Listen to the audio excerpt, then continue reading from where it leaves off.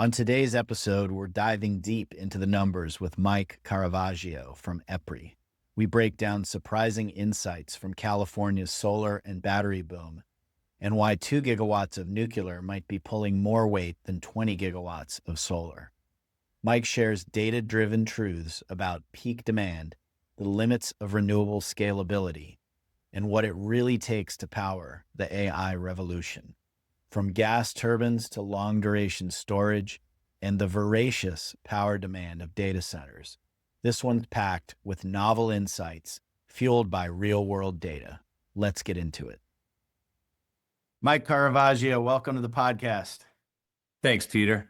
Hey, so I've seen your posts on LinkedIn around energy data and analytics, and tell us something you've seen in the data recently that surprised you.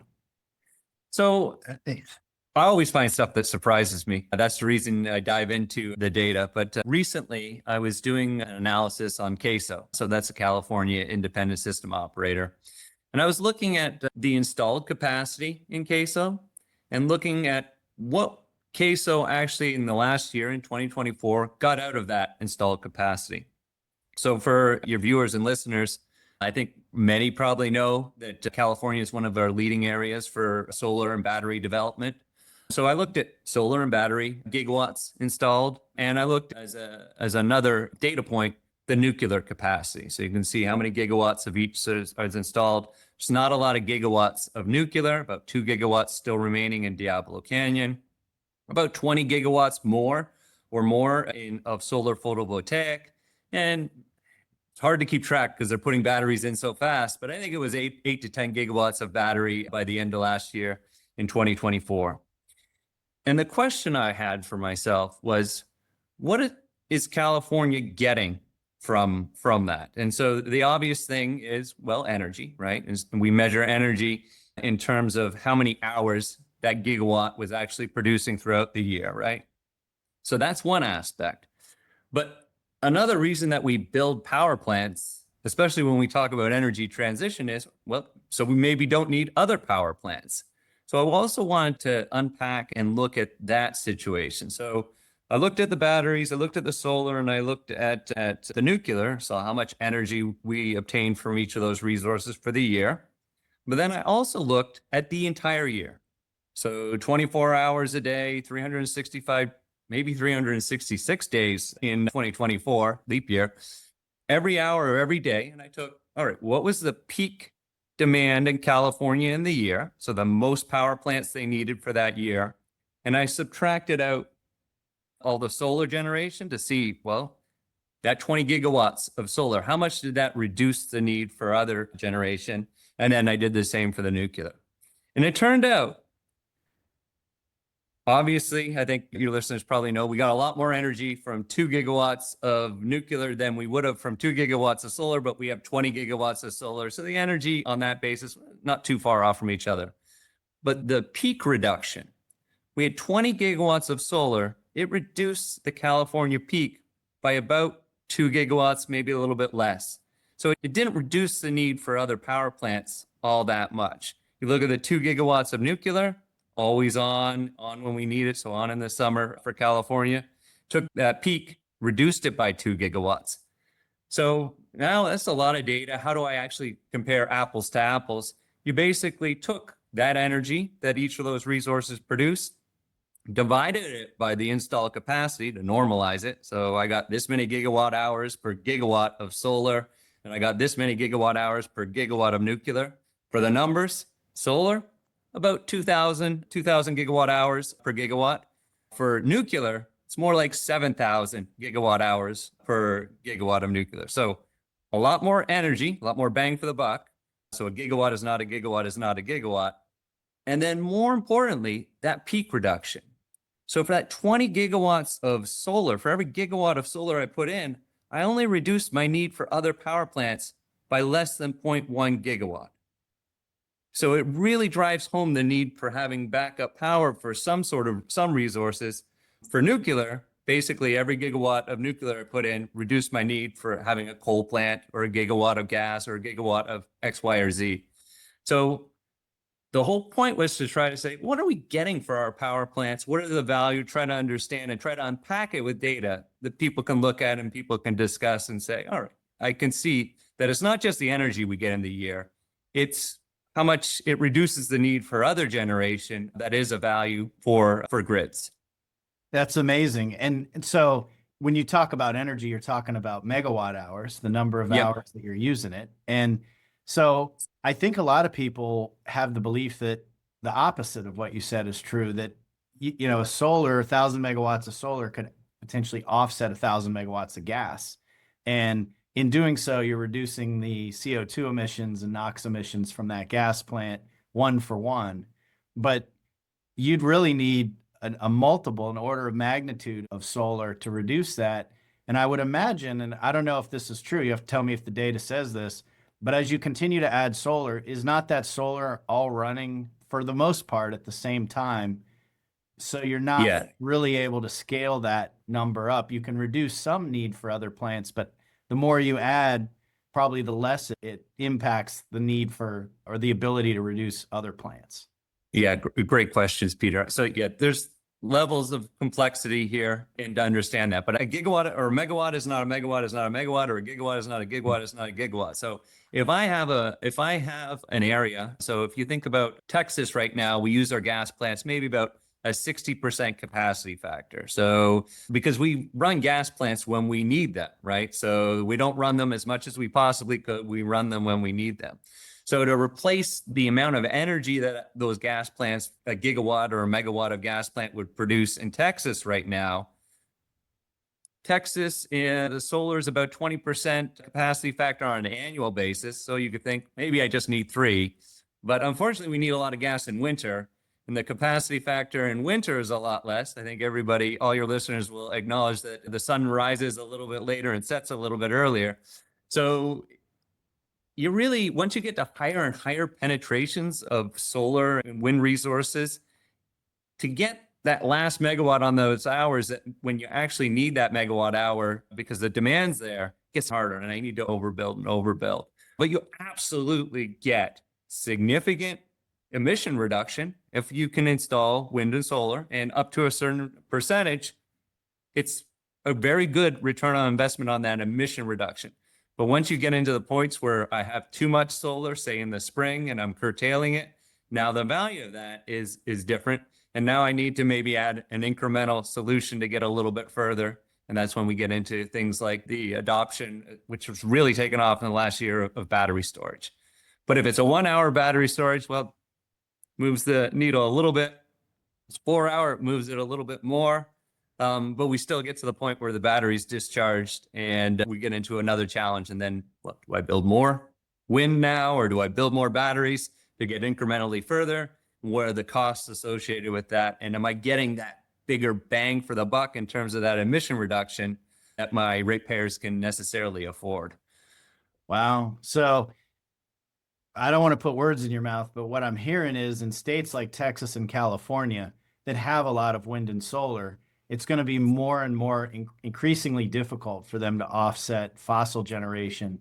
And they may need, if they have growth in demand, significant growth in demand, like we're seeing with data centers, unless there's a long duration battery like an 8 or a 12-hour battery, which doesn't really exist today cost effectively, then they're going to need to build more probably fossil or nuclear generation to be able to support those incremental demand needs. Yeah, so, and we're definitely seeing a lot of that. So in my day job, EPRI, we're definitely seeing a lot more folks looking to tie up nuclear capacity for data centers, restarting nuclear plants that have shut down for data centers, obtaining gas turbine assets for developing out data centers. But we're seeing some incremental things on some long duration energy storage solutions like non-battery. So there's technologies where you can take, you may have heard of compressed air energy storage. I think there's some startups that are doing that with CO2, where you basically compress the CO2 with a compressor, so that charges it, and then you expand it. And those are up to maybe looking at 20 megawatts sizes and things like that. So for a smaller data center, they're beginning. And those, it's really important to begin those longer duration storage, because maybe one day they can scale to take the place of a gas plant or take the place of a nuclear plant, but really is predominantly gas and nuclear for the really big data centers that we're seeing being adopted today. Yeah, we're seeing the same in our work. When it comes to data centers, we're hearing these behind the meter applications. And I'm curious from your standpoint, can a gas plant, for example, provide the five nines reliability if that data center is not connected to the grid? I know I've seen the magic word N plus two, which I don't really know exactly what that means. In my mind, it's like throw more gas turbines on the site than you actually need in order to get up there. But I've always heard gas turbines, when they actually run, they trip and there can be issues. So, can those data centers achieve what they want truly behind the meter five nines, or do they still need a grid connection to support the five nines reliability? So there's levels to this, right? So the large data centers that we're really looking to do, these are the ones for training AI models, right? So you pick your AI model, maybe ChatGPT is the most famous, and I think we're at 4. But the really big data centers that may benefit from behind the meter because they can't get a grid connection because they're too big, that's training that GPT-5. And that training run, we don't have a great idea on exactly what that load profile actually looks like when you have all those NVIDIA chips, because they're just making more and more of these NVIDIA chips and putting more and more of them together. So it really comes down to, well, how hard is it to serve load? I think we all know if it's a steady load, it's very easy to do, right? But if it is moving very quickly, like at the speed of computation, that's it could be a very challenging application. In my day job, we are actively looking at that, trying to understand that better. But we're at the bleeding edge, right? Because every one of the large scalers that are training these AI models, they're trying to get more of these chips in the bigger data center or expand it more. So what the load profile looked like before is not what the load profile is going to look like in a year or a half year or a year from that. But to get to your question, what we've seen is lots of gas turbines.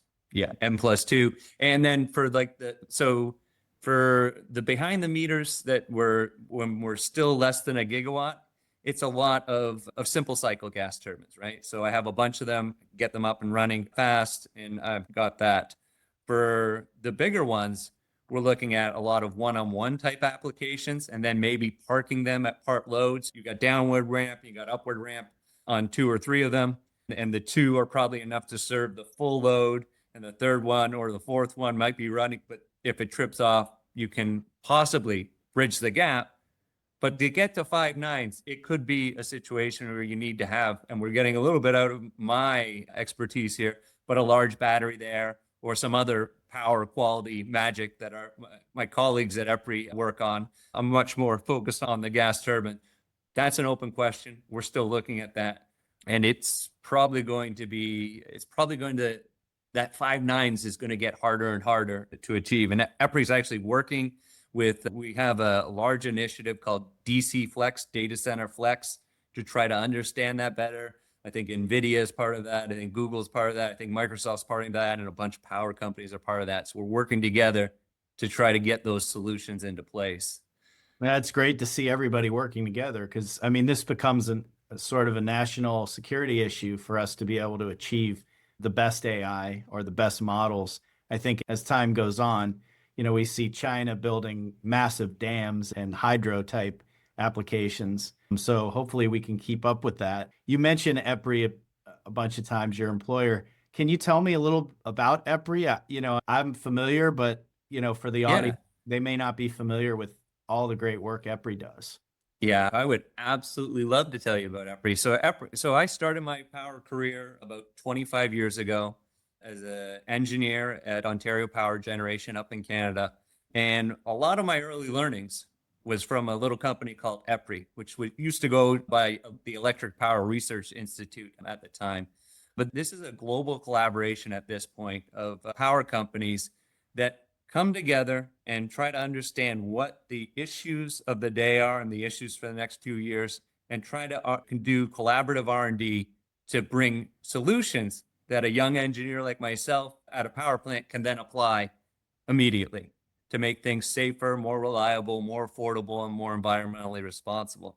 So I'm very proud of this organization. And I thought to myself, as that young engineer, I'm learning from this organization right now, but I definitely want to go to this organization at some point and be there. And I want to be part of that, leading that global collaboration so that we can pay it forward and do better. So it's a not-for-profit 501c3 based here in the US, but we have offices around the world, about 450 participating entities.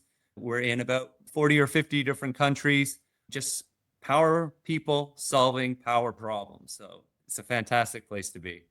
No, very good. I appreciate that. And I know you're sitting in Europe today. I said we'd be US focused, but I did want to touch on Europe a little bit. Do you see any change to the policy there that may help Europe participate in the AI revolution, or are they still, maybe a little early? What are you seeing in Europe? And if you want to talk any country specific, feel free. Yeah. I'm curious because it is the largest block of GDP still as the EU.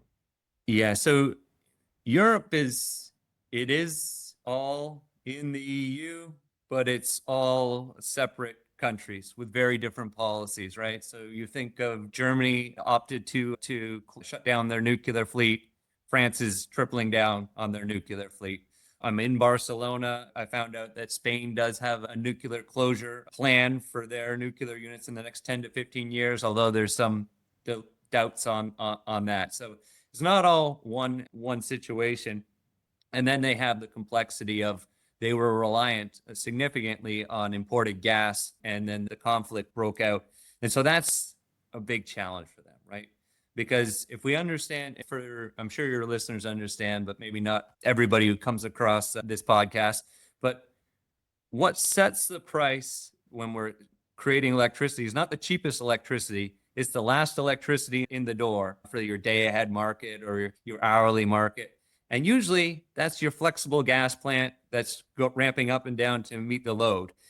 If you have very expensive gas because your supplier, you're no longer, for political reasons, cannot accept gas from there, and you need to get LNG from us in America, that's a lot more expensive gas than what we're used to.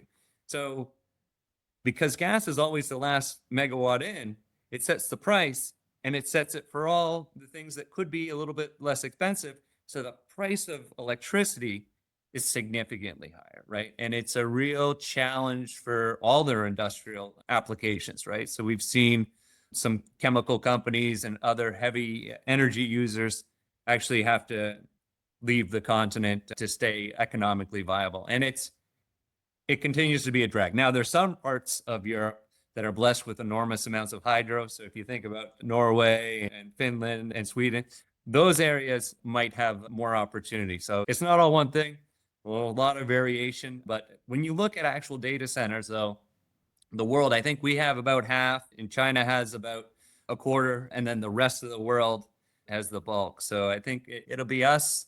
It'll be the Chinese, I think, that will lead the scaling. There is some efforts in the Middle East to do more data centers and take advantage of, they have a ton of solar, so a lot of opportunity there, but remains to be seen.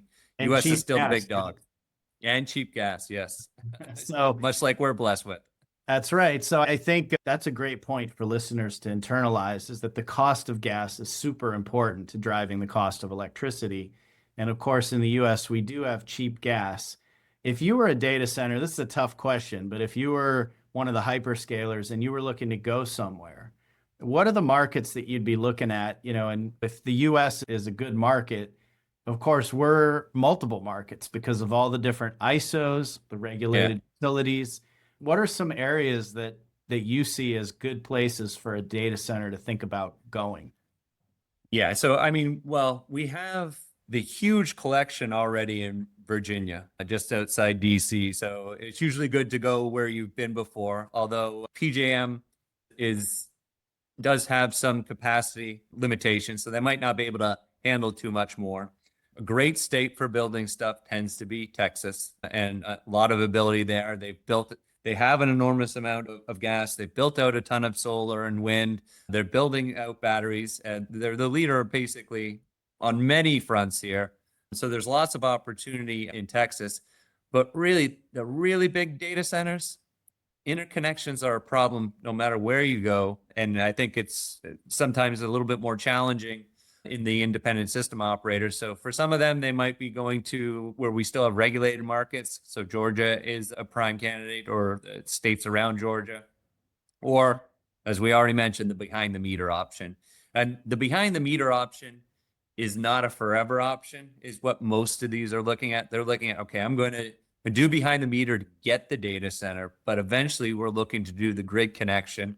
And that's certainly the case of XAI. So XAI had behind the meter in Memphis, and it was announced that they're going to get 150 megawatts of grid connection from TVA in the upcoming years. So I'm going to go where I can get it and install it and do it big and fast, and then look to connect, I think, for the really big data centers. No, that certainly makes sense. I think we saw an Amazon announcement around maybe Mississippi or Alabama. So to your point about regulated markets, Yeah. it makes a lot of sense. And you mentioned the shortage in gas turbines. You've got your three big manufacturers, Mitsubishi, Siemens, and GE, that make the large frame gas turbines. Are you seeing any other smaller type solutions that are either gas turbines or recips, or other types of solutions, maybe gray market solutions to help? Because I've heard 2030 and beyond is the soonest you can get a large frame unit. Yeah, the large frame units have been bought out, and the capacity to build more is sort of tapped out. And the big three aren't necessarily looking at building out more capacity to build more gas turbines because, well, how long will this last? And is it everybody still has 2050 net zero goals? And maybe I need to be focusing more on I have my gas turbine capacity and I need to be focusing on it's going to run on an alternative fuel. And what do I need to do for the combustion systems there? So everybody's looking at a lot of different options. So oftentimes when we're looking at just adding load in the areas where we have a lot of solar generation, so in the West, we see a lot of aeroderivative applications. And for those who aren't gas turbine savvy, aeroderivative is exactly what it sounds like. It's a derivative from a jet engine on a plane that can be a fast, very efficient, and easy to start up, quick to start up gas turbine. So just plopping those down, and they're not as big as the frames. They're basically almost as efficient though. But I can add incrementally. I can just add, all right, I need 100 megawatts. I can do 3 or 4 of these to get to that 100 megawatts. So I need more reliability. I'll add a fifth and a sixth. So we see a lot of that. We see some market entrants where they're basically getting jet engines from retired aircraft and repurposing it into gen sets for power companies and selling that. So you don't see as many sales to the larger utilities, but there's a lot of players in there that are gaining the knowledge on that and building the confidence that the utilities are now looking and think, maybe we'll add this to our menu of gas turbine assets. And of course, the recips are important. They're nice, right? Yeah. So a typical recip plant, you can get them maybe 10 engines at 10 megawatts or 10 engines at 20 megawatts. They can be up to full power in 3 to 4 minutes. So it's very flexible, very efficient, right? Because it's little blocks and you take them up to full power. There's a lot of options and solutions out there. But as we get to the big data center thing, you really get back to combined cycle. Is when we're talking gigawatts and we're talking gas, we're typically talking combined cycle applications. Yeah, that makes sense. It dovetails with what we're hearing. And I think the gray market is sort of getting mopped up. It was available a bit earlier this Yep. year, but now I think it's mostly been spoken for. I saw a post from Elon today, actually, around the limiting factor for AI is rapidly moving from chips to power. Yeah. So I think that reflects, sort of what you guys are seeing on the ground. Yeah. So yes, but we think that there may be some options there, right? So we're limited on power on the hottest summer day and the coldest winter morning or night. Outside of that time, we tend to have quite a bit of excess power that can be used. So if the data centers that we develop in the future are working with their local independent system operator or the regulated utility. And there's that back and forth communication of when I need my compute and when I need load for other uses. There's lots of energy there that we can make use of and shift things around. So I think there's probably a lot of space there because, well, the really big data centers are the AI training. A lot of the data centers are for once the model is trained and it's inference, right? So when I get on Chat GPT and I'm asking my question, well, we're all asking the questions around the same time, not in the middle of the night. But so you can shift that around, right? So, okay, it's not a high amount of load right now in California because it's still early morning. The East Coast is awake and it's actually a really cold morning. Let's do that compute for that inference at the data centers we have here as opposed to the data centers we have there. Doesn't work for the training models, but I mean, if you're, in my understanding right now on the training of the models, that's usually a several month activity, right? So maybe taking the break during the hottest days of the summer and during the coldest periods in the winter is a good way to get around and maybe make more use of that energy that we do have because we build in a system for that 9999 reliability. So it's there to serve the hottest summer day and the coldest winter night. But the rest of the year, we've got some flexibility. And we need to Right. understand Yeah. that better. So when I'm thinking about a site, you'd want a site that has a grid connection and maybe has a peaking gas turbine or some recips on it. And that data Yep. center is pulling from the grid most of the time. But then during the peaks where all the grid resources are going to homes, then they would draw on their on-site, gas turbine or recip generation to get to their And depending on how long it could take, maybe batteries there, right? It could be any number, or like I indicated, these developing long duration energy storage solutions where, all right, I compressed a bunch of gas and then I'm going to expand it through a turbine and I can run for 5 or 6 hours on that. So I think there's lots of potential solutions there. It's another thing what I love about EPRI, it requires collaboration though. And so we've expanded the collaboration to these hyperscalers to try to get ahead of this so that we can get the right solutions for the world, but as well as for us back at home here in the US. Got it. Yeah. Who are some data center companies that you guys are working with that maybe not everybody's heard of? Everybody knows Google and Amazon and X and those guys and Yeah. GPT, but I know there's a number of other data center companies Oh, that there's heard. there's a lot of them, but they're not names that I can pull immediately. But our DC Flex website, so if you go to epri.com and you type DC Flex, you can see we've got the names of all the collaborators there and their logos and things like that. It's free to the public information on what we're doing there.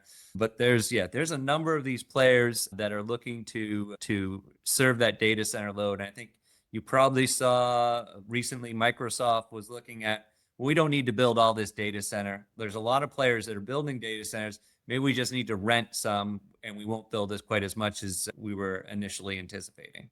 Interesting. I'll definitely be going on DC Flex after this. Excellent. We continue to have discussions with data center providers. So very cool. Well, Mike, is there anything that I should have asked you that you'd like to get out in terms of your work as far as what you're seeing in the data and what are you looking at over the next 12 months that's maybe a new initiative?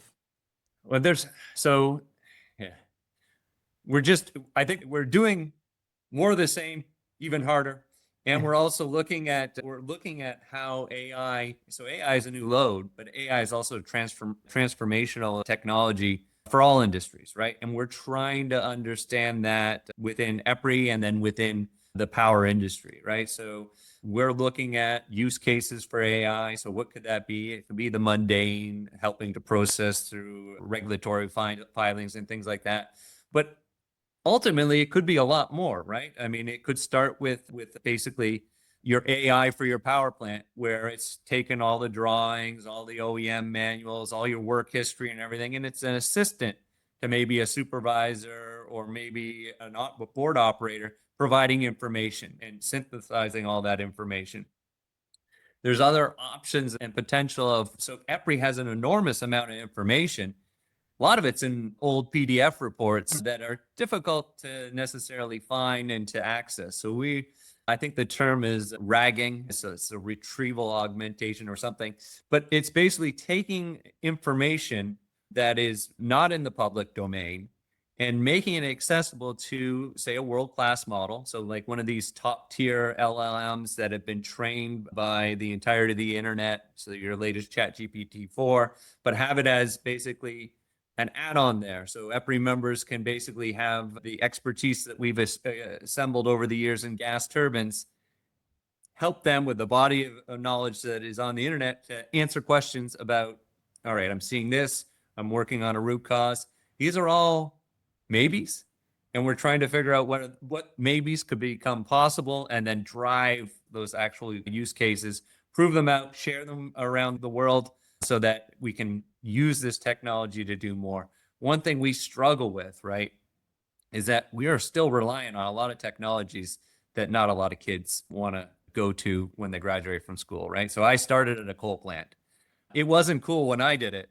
I don't think it's even, it's not high on very many people's lists, I think, anymore in the US, but we still need our coal generation, especially on cold winter days. So we have folks retiring. We have brain drain. We may have folks come in and work there for a brief amount of time, but they're not spending a career there, right? So is AI an opportunity to help those folks get some expert knowledge into their heads for when they have a problem to try to solve it? So I think AI is the big one, but I mean, for EPRI, it's more of the same, trying to figure out solutions that drive reliability, maintain affordability, make sure that these plants, with their changing modes of operation, remain safe and remain as environmentally responsible as they've ever been. And it's a huge task because these gas turbine plants or coal plants, they don't run themselves. And the plant management really has to have a deep knowledge base. And to your point, a lot of them are retiring and there's not a lot of replacements. To all the kids out there that are younger, you really ought to look at the gas turbine industry. It's exciting, it's cool technology, and there's huge demand for both mechanical and electrical and the control side to be able to optimize and run these plants because five nines you can't get it if the plant goes down or if it trips, or you've really got to have that be on your A game as a operator of one of those power plants. Yeah, no. So I really feel blessed for getting into this industry. So it is fun. It is exciting. You can learn a lot. It's way cooler than what a lot of people think about. They don't even think about electricity, right? I hit the switch, the light came on. If the light didn't come on, then I think about it and I'm angry because I know I paid my bill, but they don't reflect too much. But it's fascinating. So much technology development, so much just, you can see the history of engineering at power plants too, right? Because we didn't talk about it, but it took generations to build out the grid we have, right? So you think about the average age of a hydro plant in the US, it's 70 years old. Some of these are like going into museums, right? If you go to a 100-year-old hydro plant, that was the bleeding edge technology when it was created. So there may be marble floors and beautiful banisters and everything, but it's fantastic. A lot of very intricate mechanical systems at some of the older coal plants for controlling the turbine that now is all electronic controls. So it is fascinating business. And it's sort of it's really fundamental, fundamentally important, right? So we may not be the thing that catches the news and everything, but really the electricity industry is like the first maybe 4 or 5% of GDP. And I say first for a very good reason, because when we can't deliver that reliability, then all the other industry stops, right? We saw what happened during Winter Storm Uri. If you're old like me, you remember the Northeast blackout in 2003 that happened 2 days before my wedding and caused me a lot of stress. So, yeah, when the lights go out, it's a novelty at first and everything stops, but it rapidly can get into a situation where the economy has some really significant challenges and issues. And countrywide blackouts are happening, right? So Cuba's had a number. Chile just had a recent one. We had one in Pakistan, I think a year ago, Bangladesh. These are countries of 100 million or 200 million people blacked out. And we almost had a blackout during Winter Storm Uri in Texas, right? We had load shedding of 20,000 megawatts, 20 gigawatts for about 3 days. We had a number of people die. and we had an enormous cost to the economy. So it's a fun industry. It's a really important industry. And yeah, if there's young people out there and you want to get into an interesting industry, please come to the EPRI website, reach out to me, reach out to Peter. We want you aboard, and we want you to experience what we've experienced, which has been, for me, a really fantastic career. I could not agree more. What I've been telling young people is electricity is food for AI, and they kind of get it then. It's Yeah. like the AI has to have it, and more things are being electrified. Soon we're going to have robots everywhere that are going to run on electricity. So it just continues to be a very exciting place to be. So I encourage all the young people out there to look at it. It's a great career, and most people that get into it never leave it. They just stay because, Yep. and I think that says a lot. So, well, Mike, it's been great having you on. Is there anything you'd like to tell the audience? How can they get in touch with you in order to follow up if it makes sense? The easiest thing is get on my LinkedIn. I usually checking it fairly frequently. I usually do those data analysis with my coffee on a Saturday morning. Look at an interesting thing, try to create something that will get electricity geeks like myself interested and commenting and things like that. So LinkedIn, or if you go to EPRI.com, you will definitely be able to find my contact information. So Good stuff. Mike Caravaggio, it's been great having you on. This has been Mike Caravaggio with EPRI. Thank you. thanks, Peter.